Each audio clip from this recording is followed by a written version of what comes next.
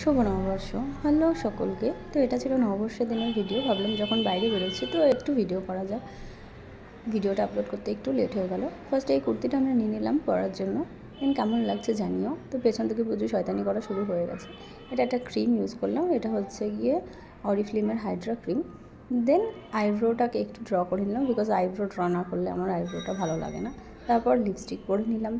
Lipstick না পরলে তো হবেই না, কোথাও বেরোনোই যাবে না, বিকজ লিপস্টিক আমার ফেভারিট অল টাইম।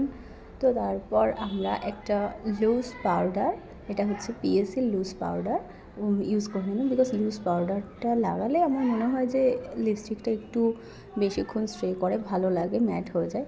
তো তারপর একটা মাস্কারা ইউজ করলাম। দেন টিপ একটা টিপ পরে নিলাম। নখগুলোর জন্য টিপগুলো ঠিক করে পরতেই পারছিলাম না।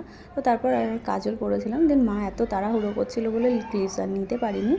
তো তারপর আমি একটু ঢং করে নিলাম। দেখো কেমন লাগছে।